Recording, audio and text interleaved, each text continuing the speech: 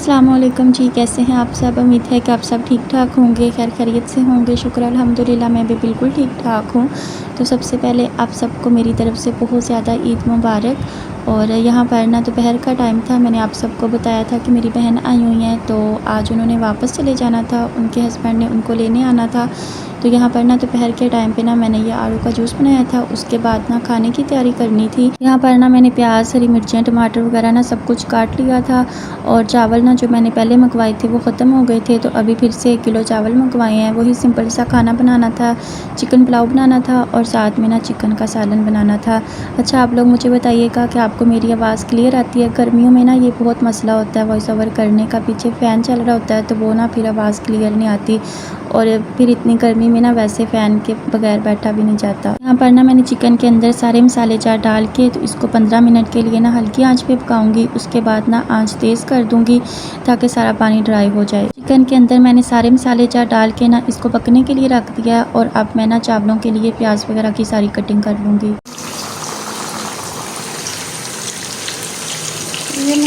ये फ्रिज में रखो।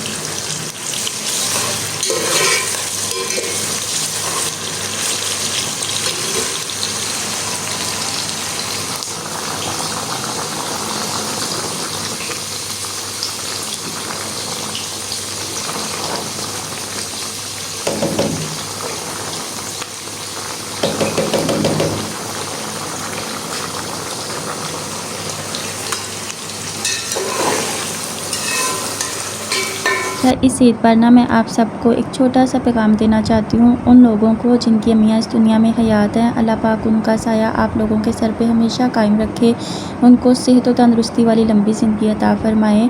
जब ईद आती है ना तो हम सब बहुत खुश होते हैं, नए कपड़े, नए जूते, मेहंदी, मेकअप, सेल्फियाँ और पूरा घर ना एक अलग ही खुशी में होता है। और हर तरफ रौनक होती है, हर कोई मसरूफ़ होता है, कोई तैयार हो रहा होता है, कोई बाहर जाने की प्लानिंग कर रहा होता है, कोई मेहमानों को देख रहा होता है। लेकिन ना इसी सब के दरमियान ना एक इंसान ऐसा होता है जो सबसे ज़्यादा थका हुआ होता है लेकिन सबसे कम नज़र आता है, और वो होती हैं हमारी माँ, या फिर घर की कोई भी बड़ी औरत हो सकती हैं, बड़ी बहन हो सकती हैं, बड़ी भाभी हो सकती हैं, बहू हो सकती हैं, मतलब कि कोई भी औरत हो सकती है जो सुबह से लेकर रात तक सिर्फ एक जगह पर खड़ी होती हैं किचन में, जहाँ चूल्हा जल रहा होता है, बर्तन पड़े हुए होते हैं, खाने की तैयारी हो रही होती है, मेहमान आ रहे होते हैं, और काम जो है ना वो ख़त्म होने का नाम ही नहीं लेते। और सबसे मुश्किल बात ये होती है कि ये सब इतनी ज़्यादा गर्मी में हो रहा होता है, बाहर भी गर्मी और किचन में तो लगता है जैसे आग और ज़्यादा बढ़ गई हो। एक तो मौसम बहुत ज़्यादा गर्म होता है, फिर ऊपर से चूल्हे की हीट, और फिर मुसलसल खड़े होकर काम करना, और फिर भी वो नहीं रुकती, कभी नहीं बैठती, कभी नहीं कहती कि मैं थक गई हूँ, कभी ये नहीं कहती कि मुझे भी ईद इंजॉय करनी है। बस सबको देख कर ना वो खुद खुश हो जाती हैं।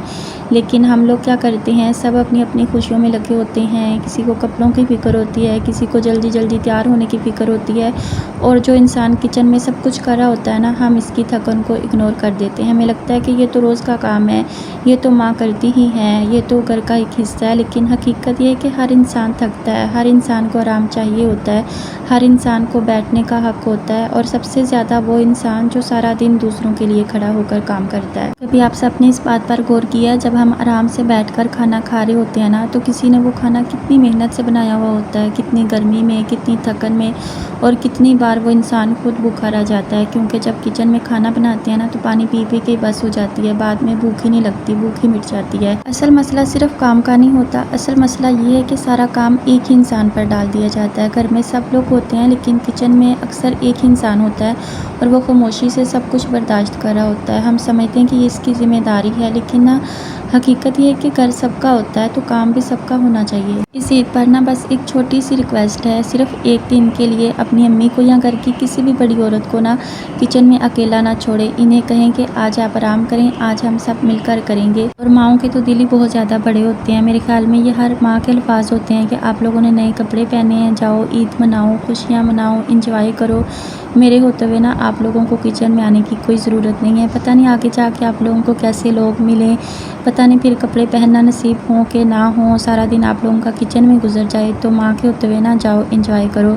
मेरे ख्याल में ना ये हर माँ के अल्फाज होते हैं। आज आपकी अम्मी आपके पास है ना, तो उनको आराम करने दें, इतनी गर्मी में उनको किचन में ना जाने दें।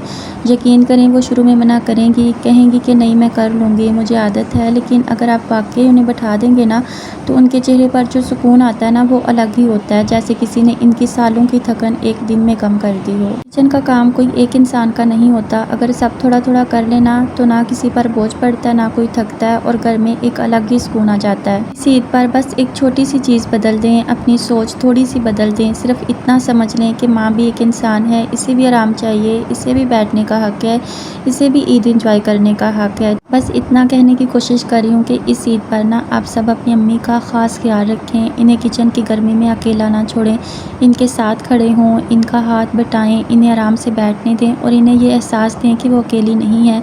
क्योंकि सच ये है कि माँ की थकन अगर कम हो जाए ना तो घर में खुशी खुद ही बढ़ जाती है, और अगर माँ खुश हो ना तो पूरा घर खुश होता है। ये छोटा सा काम करके ना आप अपनी माँ की बहुत सारी दुआएं ले सकते हैं, बहुत सारी खुशियाँ ले सकते हैं।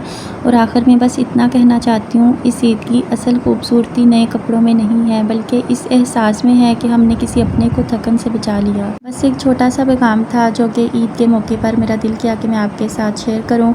आप सब अपनी अम्मियों का बहुत ज़्यादा ख्याल रखते होंगे, लेकिन मेरी तरफ से ना बस एक छोटा सा पैगाम था। अच्छा, आपसे बातों बातों में ना खाना बना के दे भी दिया, और उसके बाद ना हम लोग सिटी आए थे, मेरी बहन ने वापस जाना था आज ही, और सिटी आए थे, वहाँ पर ना कुछ चीज़ें देखनी थी, मैं ज़्यादा वीडियो शूट नहीं कर सकी।